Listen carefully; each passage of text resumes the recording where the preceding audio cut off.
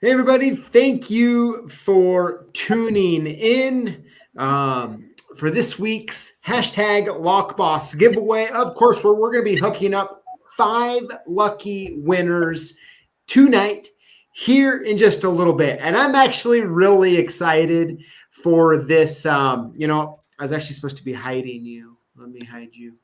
I've been really looking forward to this because we have a special guest who you already saw because I messed up, which is Mr. John Trumpy. Now, you might remember when John was on here a little while ago, he was, John, in charge of the ALOA convention this year? I am the convention chairman. I run the committee for conventions, education, and technology flow. Okay, yep. Very cool, John. Well, hey, thank you for coming back on and hanging out for a little bit. Hey, no problem. So, John, in a few minutes here, I want to get into our conversation and let you kind of expand upon, and I'm really looking forward to it. But I want to make sure for all of you who are watching right now, any questions that you have for John, be sure to put them in the comments, and I will ask. As well as John does a lot of SFIC stuff, right, John? I do 100% SFIC. Yes. So, if there's someone on the call, John knows everything about SFIC essentially. And so if you have any sort of question, now is also your time to kind of, ask him. Maybe it's not necessarily like a technical question, but views on different keyways or this or that. So go ahead and just fire away. Definitely fire away. And then before we get going too far, let me say hi to a few people. John, looks like people in here saying hi to you. Mr. Locks NY is on here. Mr. Sean Baker, hey, Carl Lewis, Barton Family Locksmith. What's up? Alan, G Keyman 565. Let's see. John, how's it going? James Estep, Joseph Leonard. Let me see here.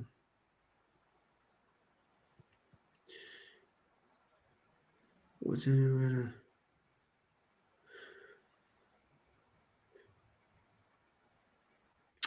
Okay, King Kong Kung. Good username, by the way. What's a doorknob and deadbolt with interchangeable core? Got a small van and inventory is limited. Want to change KW1 to SC1 or SC1?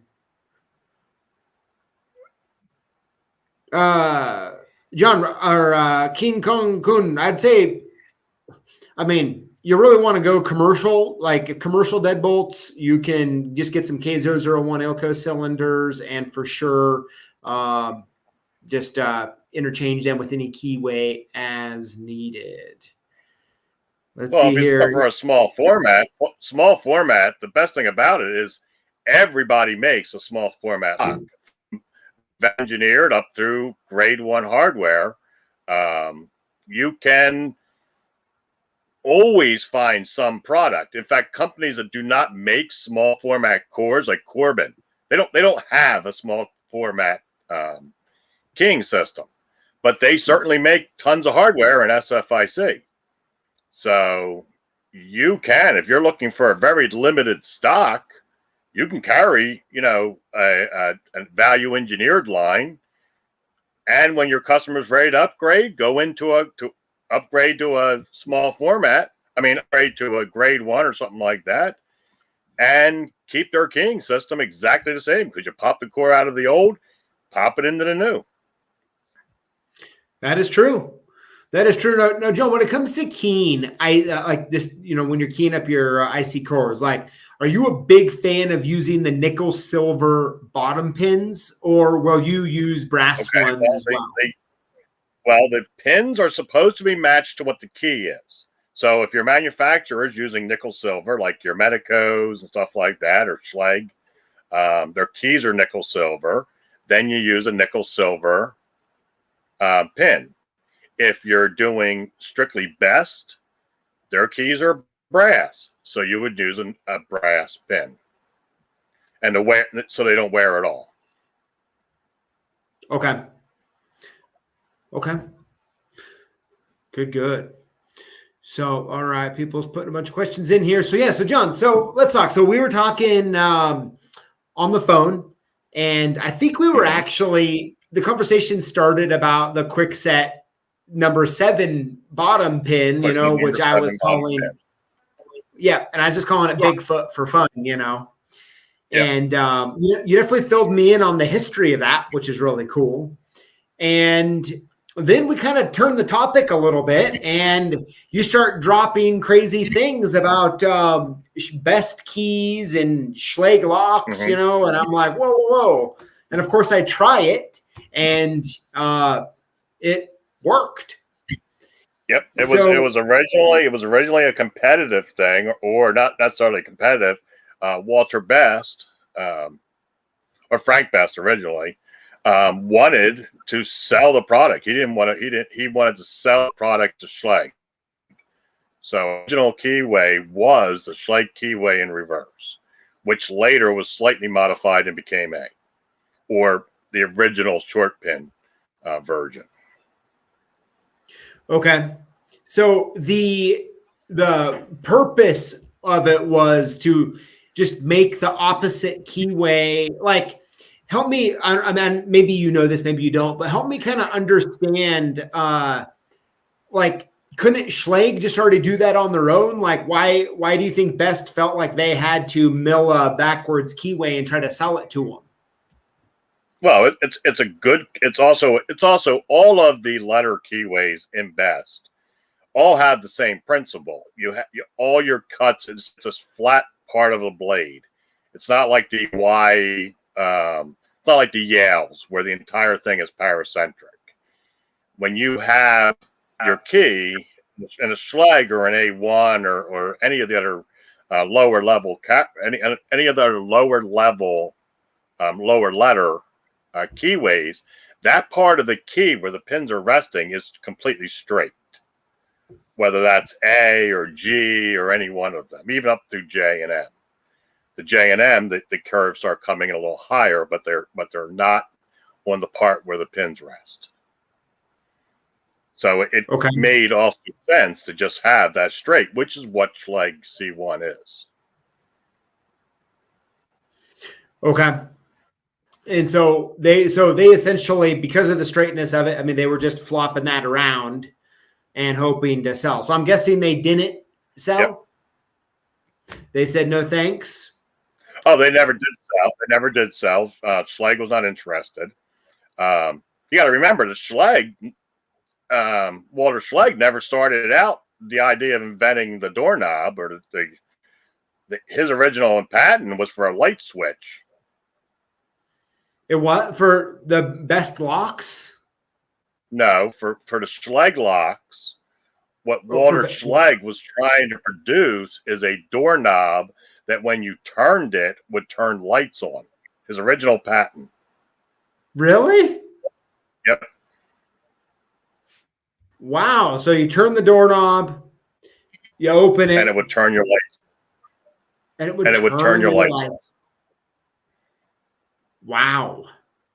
That's Walter Schlage's original patent. Very interesting. So, did he ever pull that off? Do you know? Like, did he ever go to market with that? I mean, there's a patent for it, but that's not what ended up being what he started doing. People liked his product because it was an easy prep and easy to install in a door. Okay. And now look at him today, right? Yep, look at him today. Man, that is very interesting. John Shelton is asking, how many assistants got shocked? I'm sure quite a few. Yeah, right? Oh, my gosh. Uh-oh, look at Jay even says he learned something new. Well, that's not hard for Jay to learn something new. Oh. Oh my gosh, that's good. That is absolutely fascinating. I wonder, I mean, do you think something like that would ever have like a good use case? I mean, probably not with the in today's world with, you walk in and it'll sense you and turn it on, but that's Right. forward thinking years ago. That was his original idea. Now I do got to tell a little thing about our little phone call. So when you called me, I was out in the field with two of my guys, two of my younger guys. I call them younger, your age. Okay. And we're having our conversation. When the conversation got over, they asked me who it was, and I'm just like, I'm talking to a guy. He's got a video. Does on this podcast, and they start telling me about a guy that they watch, and it happens to be you. Oh. And all the people in this industry that call me for various things. I mean, the executive director of Aloha can call me. I have presidents of companies that call me. None of that has any merit. But I gotta say, when I told them that you called me, that gave me street credit with my guys. So, I would give them a call out. So, Steve and that's Mike, funny. that's for you guys. That's very funny. Well, good stuff. I mean, that's cool. Very cool. So let's see here. Yeah, look, I mean, John, you see all these comments in here about that? People, I mean, that's a fascinating fun little fact of information. Yep. So, John, a question that got asked in the comments that, so when I wanted to do the video after I talked to you, I was just like, this is a shocking fact that I did not even think of. And I've talked quite a bit about, like, I love memorizing keyways, right? Like, I'm already looking forward to the day that ILCO is going to be coming out with, hopefully this year, their new key blank directory. And I can't wait to get my hands on that thing. I just love memorizing keys. I looking at them, the profiles. I don't know. I'm maybe a little weird. Maybe I should get a different hobby, but that's what I do. And so I was just shocked that I've looked at that BE2 best A key for so many years, and it never dawned on me. It's actually a little embarrassing that it never dawned on me. So that's why I kind of made the video. But some of the questions that were brought up is like, is there any like practical use or like, is there any field application for this? And I'm curious from your perspective, have you ever found it convenient to have to stick like you do a lot of SFIC stuff. Have you ever had to stick a Schlage C key in the back of a best A? Like, is there any good practical use for that? Well, if you're trying to do it the other way around, if you're trying to stick the Schlage into the best, the Schlage actually is too tall. The Schlage is 26 thousandths of an inch taller than an A. So, and you have the cap, the actual cap, the C-clip, or originally the rivets on the back of a core. So that prevents you from doing the opposite. Sure. Yeah. You would have to, shave it down a little bit to get it to go in. Right. So, but as far as I don't know if it would have a practical application in clearing a keyway, or if you wanted to, a lot of people will try to front shim a SFIC. It would give you a possibility to be able to back shim it if you have it in your hand. That's a good point. But you would need to remove the C-clip and take the blank and thin it down a little bit, and it would make it so you could back shim an SFIC. Very good. That's a very good point. I got to put this up here from Mr. Locks NY. Schlage controlling lights. Shocking. It's actually pretty good, isn't it? Yeah. If I was giving out points, Jay, you'd have 2 right now, okay? You'd have 2. Let's see here. By the way it wiggles. Oh, hey, the Lockfather's on here, and he says, let me pop it up here. As I've always said, you learn something new every day in this business, and John just revealed about Schlage, lights, lock, switch, a lot of interesting stuff all the time. John, where have you learned all of this information? Too many years in this industry and too many drinks and bars with people. Okay. Oh, that's good. That is good. So I want to ask you a few more questions, and then I'm hoping I can ask you a couple Aloha questions. Is that okay? Absolutely. Sweet. So I want to ask someone. Our ex-president is in here. Oh, he is. Yep. Let's see here. What is his username? Jim Weedman. He's asking about what did Noah have on the ark.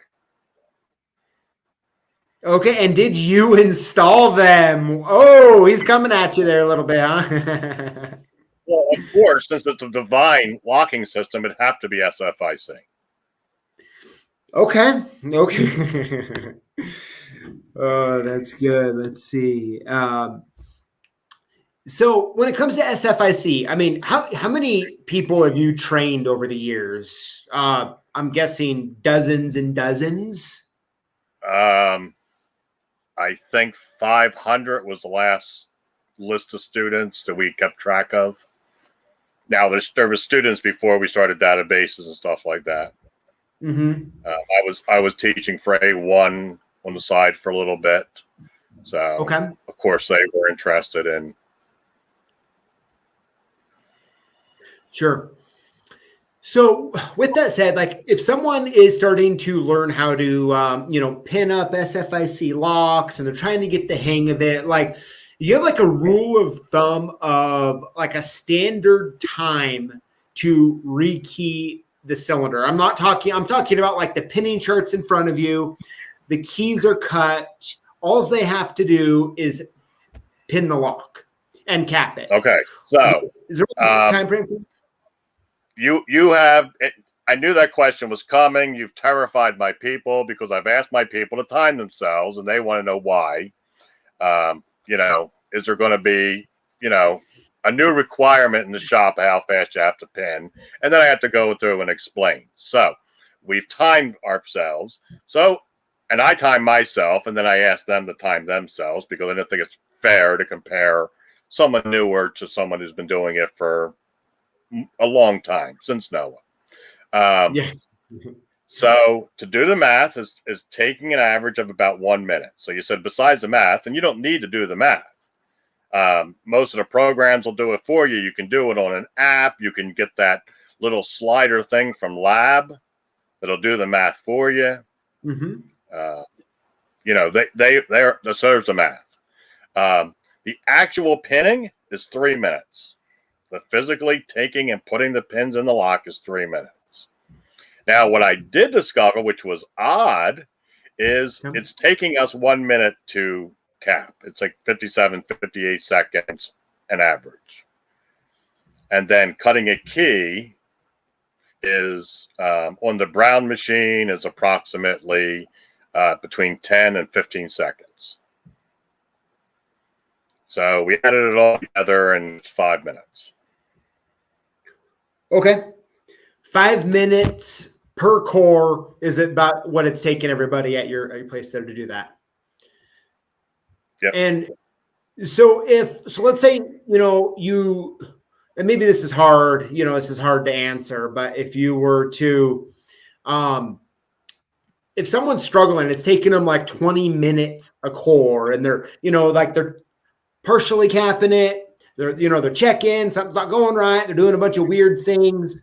I mean, are you going to give them the advice to pin them one chamber at a time all the way through to? If you have a problem, yeah, don't use the capping machine. Use the little block that comes with it, or the Lab Annex, and pin a chamber, cap it, and check your keys. Okay. But even if you're doing that, you're still not at 20 minutes a core. you're just adding your capping time. You're adding your capping time in. So maybe it's 10 minutes or 7 minutes until you feel more comfortable. But how long does it take to rekey a regular cylinder? You got to get it off the door. You got to find which follower and which end piece is going to do. And then, you know, you got to drop the masters. How long does it take to load top pins in a conventional cylinder? You know, just doing that. I mean, you got that really cool new follower that takes out the master pins. Yep. But what if you don't have that, or you know, you miss something?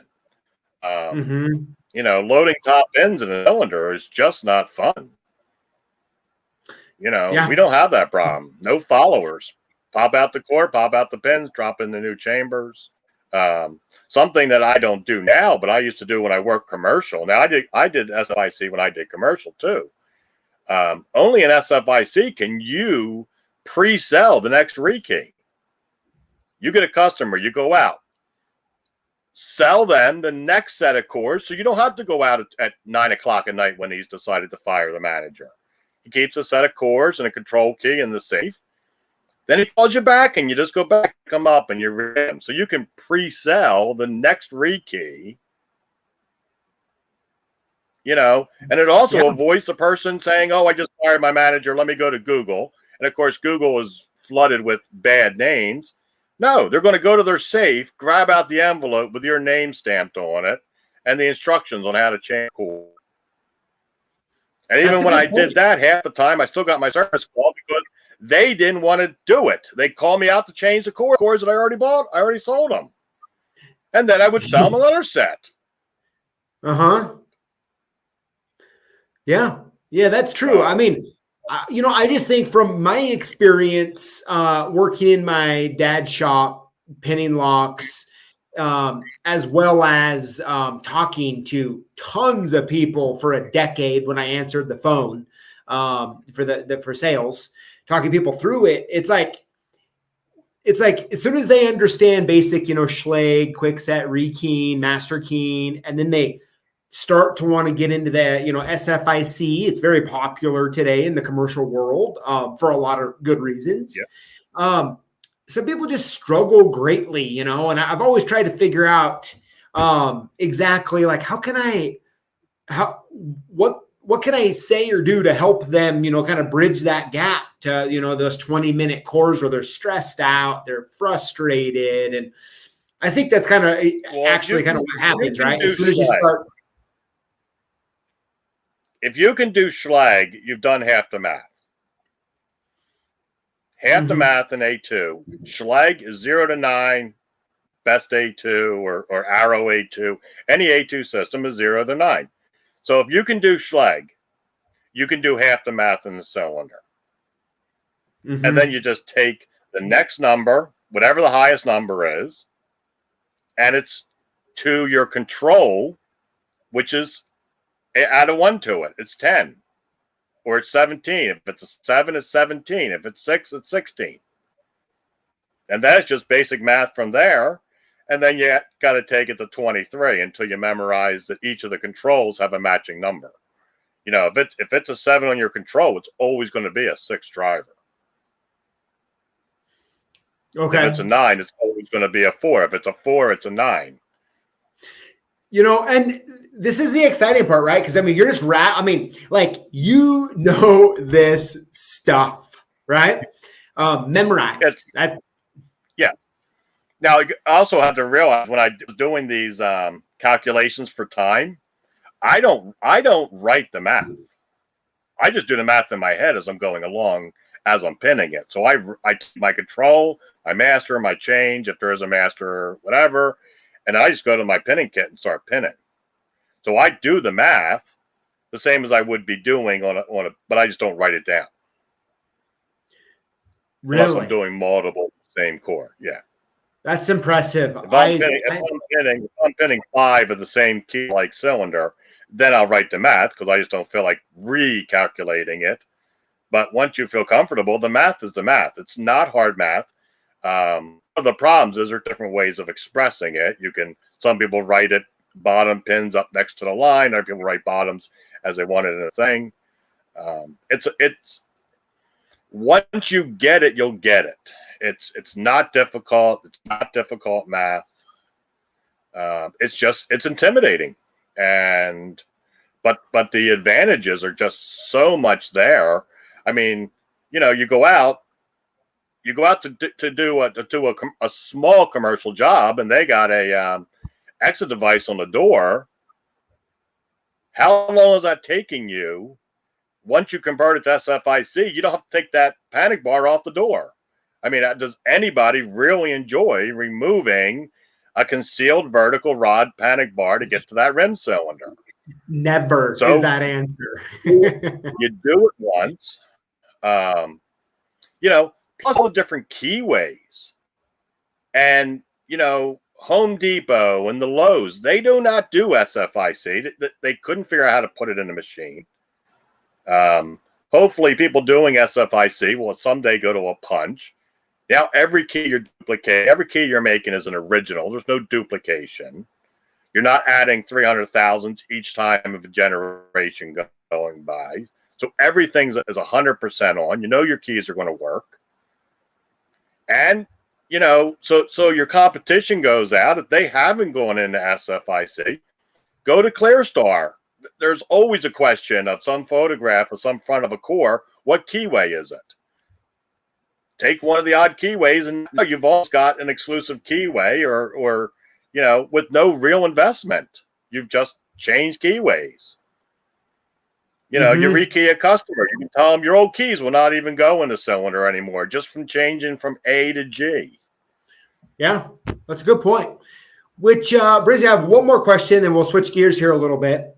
And that is, what is your in general? Okay, in general, what is, in your opinion, the best method to get a core out of a cylinder to decode it? Well, you got to understand, I'm working on my systems. I'm almost always the control. Okay. So, I guess that's true, huh? So I don't have to decode systems. I know my systems. I walk up at the control. Now, if I have a control that goes bad or something like that, of course. So we normally will not drill for the lug, but then it's an option of deciding which is more sacrificial. Do you want to drill the lock itself, where you can drill off the lug, and then you can take it out and decode it from there? Mm-hmm. So it's what is more sacrificial, or you can drill a little bit in, but if you drill at the control shear line, yes, you'll get it out, but you are going to destroy the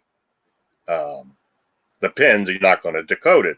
If you're just pulling it out so you can put in another core, then on best you just drill between the E and the S on the lower side, and you're right at the control shear line.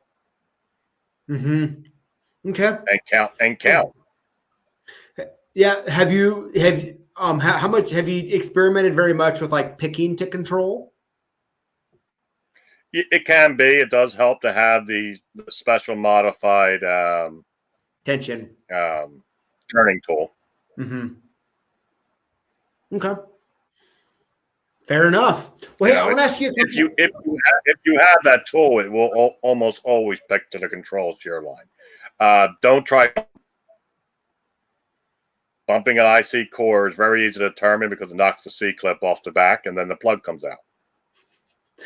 Yeah. Then you have a little bit of a problem, right? You have a little bit of. That's another thing in small format. It's automatically pick resistant, because if someone's trying to pick it and they pick a 6-pin cylinder, they pick one to the control shear line and everything else to the operator shear line, it's still locked. Yes, so there is automatic built in. And if you really want to frustrate a picker, just put one of the spool pins in one chamber. They'll never get it. So that's good, John. Thank you for sharing your knowledge with us here. So I want to shift gears for a minute to Aloha, and everybody just hang on here in just a few minutes. We'll definitely get to our giveaway this week. All right, but John, so I want to do a quick kind of a recap on Aloha Orlando, talk about what's coming up next year, just like a little quick teaser. How did you think Aloha Orlando went? Okay, well, Orlando was surprisingly, we did make money, which is absolutely shocking comparing to other industry conferences right now. When we were 2 months out making the final decision, our goal from the board was we'll be happy if we break even. So due to the fact that we did well. Now this was one show which was absolutely shocking from all the exhibitors' point of view. As you know, I walk around the show floor and talk to each one of you. I stopped to talk to you for a few minutes. He really had no complaints. Now, it could be that no one's been anywheres or talking to anyone for 18 months, and they would have not cared if this was in, the worst place in the world instead of the happiest place on earth. But, the exhibitors were extremely happy. I watched your broadcast show floor. And you guys were reported well on the number. It was a steady flow. We haven't really received. We always receive some complaints after Aloha. This year was very exciting from the complaints department. Yeah, absolutely. Yeah, I thought it was, from my perspective, I thought it was good. It was kind of nice. I mean, having an industry event and seeing people in person again. And it actually was like, it's not like I set low expectations, but I'm like, there's, we live in a weird time right now. Right. And it's like, what do you expect? I was kind of sitting there on the fence, coming up to it. I'm like, everyone's like, hey, are you going to book your tickets? Like plane tickets and stuff. I'm like, I'm just hanging on for him, and I want to make sure Aloha is actually doing this. I still have tickets to Disneyland and everything else that I haven't gotten to use. So I'm like, I don't want too many IOUs from the airlines. Okay. So when the next year is Vegas. Vegas is always our best show. I mean, who can hate Vegas? Very true. It is the destination. So next year will be Vegas. We have not decided on the next year yet. So I would break the news if I had it, but we do not have it yet. Now we are looking at Orlando, but that's all contract negotiations. We didn't pay attrition, so we don't have to go back to Orlando. So you should be receiving your survey soon. On what you thought and the questions in there. So we will be taking all of that, and we will be doing our search. And we're not locked into Orlando. We are looking some other places, getting proposals, stuff like that. But they have to meet all of our criteria. It has to be the right room rate. It has to be, what little complaints we may get this far past the event. It may be, parking was too much. Then we can go back and negotiate on cheaper parking or something like that. So there's a lot of different things. So I was kind of hoping next time I talk to you, I could give you a scoop, but not yet. Not yet. Okay, fair enough. Yeah, I'm personally thrilled to have it in Vegas. Just a great fun, like for me, bringing some staff members down. It's fun to get to go do a few things while you're there, and it's always been, good turnout. It's just a lot of fun. Mm-hmm. Las Vegas is the best for any show. Yeah. So whether it's Aloha or whether it's, ESE or any of the other trade shows, Las Vegas is always. Is there ever a time when the amount of attendance in Vegas is so much higher then everywhere else that there starts to get like a really big discussion on, man, like the attendance is so large at the Vegas Aloha. Maybe we should do it there every year. There is discussion of that, and it's been killed. We cannot do that to our membership. So there are Aloha members who have, for whatever conviction, whether it's religious or their spouse is never going to let them go to Sin City, that cannot attend an Aloha convention. So we will always go to some other city. We're not ISC, who just says New York, great attendance. We do have a obligation to serve our membership. Plus, our largest membership is in the Northeast. Yep, yeah, that's right. The largest Aloha membership is in the Northeast. That is not debatable. Now, granted, we cannot hold a convention any further north than DC or Maryland in the Northeast, because in July you can't afford a convention center, you can't afford hotels in Boston, or absolutely in New York you can't afford. So we can't have it any further north. But so that's why now we are looking at our normal rotation as East, Central, West. We are looking at maybe thinning out on the Central, because they are the lowest attended, except in Chicago. Mm-hmm. But Chicago, the exhibitors are the ones who get the union costs are higher and stuff like that. So, when it costs you more to set your booth up and to move your material in than what you're paying for the booth itself, that starts becoming an issue for our associate members. So, we're always looking at those options. We may go on a different floating schedule. We are looking at a new division. So, that may be having its own tiny small event. Okay. Well, yeah. Well, of course, I know I asked you that before, but I'm just, curious if something changed. I may or may not ask you again in the future, but. Well, I'm planning once we pick a date, I might give you a call and say, hey, I got a surprise for you. That'd be good. Yeah. I've always, in years past, I've always been not in the know of where it is. I don't know why, but I always find out I feel like last. And so now I'm finding out first. It's amazing, Mm-hmm. But it'll be excited. I'm really looking forward to Vegas next year. As a matter of fact, I need to get our booth reserved. I know the contact if you need her. If you want to send it to me, I can dig it up. But send that to me because I want to get that booked up. So we have a good spot like we had in Orlando. Just call the Aloha number and ask for Kelly. Kelly? Kelly. Yep. Cool.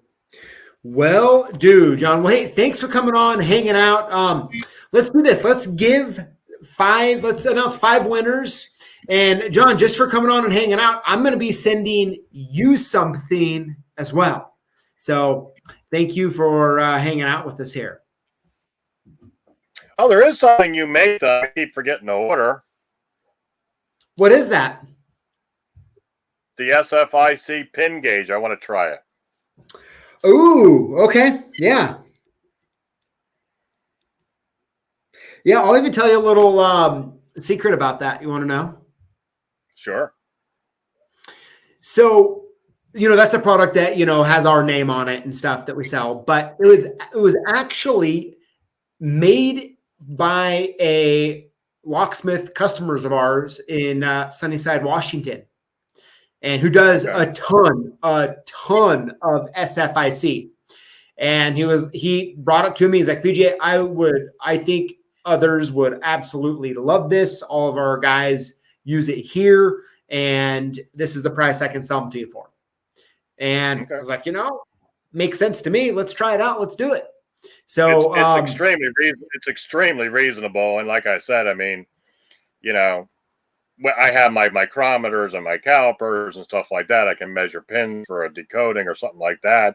Um, you know, but I'll tell you one thing with small formats, since if you're not using colored pins, one pin in the wrong chamber can cause a lot of aggravation. So, I've been looking at it and I keep meaning to like call you and say, hey, I need to buy one. But, if you're looking to send something, that will be in the mail tomorrow. Thank you. Yeah, you got it. Absolutely. So let's go ahead, guys. Let's give away 5 free prizes. It looks like someone is actually going to be getting, along with some other stuff, some metal reinforcers. I'm trying to remember the exact name on that. Metal reinforcers. So someone's going to be getting some of these along with a lot of other stuff, guys. We're going to hook all 5 winners up today for sure. So here we go. The first, you know what, before I do this, actually, let me go over the rules. I got a little excited there. And then copy and paste these into the chat here. And Nixon, we're not talking about the depth checker. We're actually talking about a pin gauge. John, actually, real quick, and I don't want to keeping you on here too long, but have you ever used the Go No Go by the Lock Caddy? No. Okay. I'm familiar with it. I know Wes. He's an old friend of mine. No, we do not have. I've used it with him. Okay. I know how it works. No, I do not use one in the shop. There's other ways that we check our pins. So, gotcha. Makes sense. Let me paste those in here. All right. So, all right, everybody, I'm going to go over the rules, make sure we're all on the same page, and we'll announce the 5 winners here in just a second. So, each week we post videos on YouTube. When you comment on the videos and include the hashtag LockBoss, you're automatically entered in to win one of 5 free prizes that we give away here live on YouTube every Tuesday. Now, it's no purchase necessary. All you need to do is comment and include the hashtag LockBoss. Each contest goes 1 week at a time. Starts on Monday, goes through Sunday, and then we pick and announce the winner on Tuesday. If we call your name, if your username is called, make sure that you call us at 800-848-6989 or email us at sales@clksupplies.com. Make sure we have your shipping address correct, and then we're going to hook you up. It's that simple. So now we got all the rules out of the way. Let's go ahead and announce the 5 winners. Here we go. Winner number 1 this week is Ryan Butcher. Ryan, congratulations. Good stuff here. Winner number 2 is Javier Aguilar. I think is how you say that last name. Javier, congratulations. Winner number 3 this week is Daytona Rogers. Congratulations. Here we go. Winner number 4 is Joe Picks. There we go. Congratulations, Joe Picks. And last but not least, winner number 5 of this week's giveaway is Mr. E's Electronical Laboratory. There we go. I think I didn't even mess that up. Good stuff, everybody. So that's this week's winners. Make sure you email us at sales@clksupplies.com or give us a call, okay? Let me go ahead. Oh, Joe Picks is on here. Congratulations. Very cool. Let's see here. Joe won. You won. Make sure you get a hold of us there. All right. I got the winners on there. We are good to go. So, John, one little quick fact you might find funny is my kids asked me to sign up for a adult dance hip hop class. And so I'm going here, as soon as I get off here, to the dance place for my first 50-minute long hip hop dance class. You got to treat your kids good because they pick out your nursing home. Very true. Very true. I'm going to get him a little, I'll definitely give him some entertainment tonight because I'm about as stiff as a 2x4 and I really don't have any rhythm. So it's going to be interesting. My kids asked me to stop dancing once I'd learned twerking. Yeah. Oh, man. That's funny. That's funny. So, John, once again, thank you for coming on. I know it's 9 o'clock, 8, 9 o'clock your time. And I really appreciate you hanging out with us, sharing some of your knowledge. And I mean, dropping that Schlage patent electrical door turn. That's crazy. That is absolutely crazy. I'll send you a link to the patent. Okay. Yes. Send me to it. Yeah. And we'll link to it. We'll link up to it on social so everyone can see it. Good stuff. Well, hey, thank you for the fun information. And once again, for hanging out. It's been a pleasure. And I'm sure we'll be talking soon. All right. And call me and press my guys again. Okay. Yep. Yeah. I'll make sure to call during like the business hours. Right. Just during business hours. Yes. Yep. Good stuff, everybody. Well, hey, thank you for hanging out with me and John. And you guys all have a great evening. And we'll see you all same place, same time next week. Y'all take care.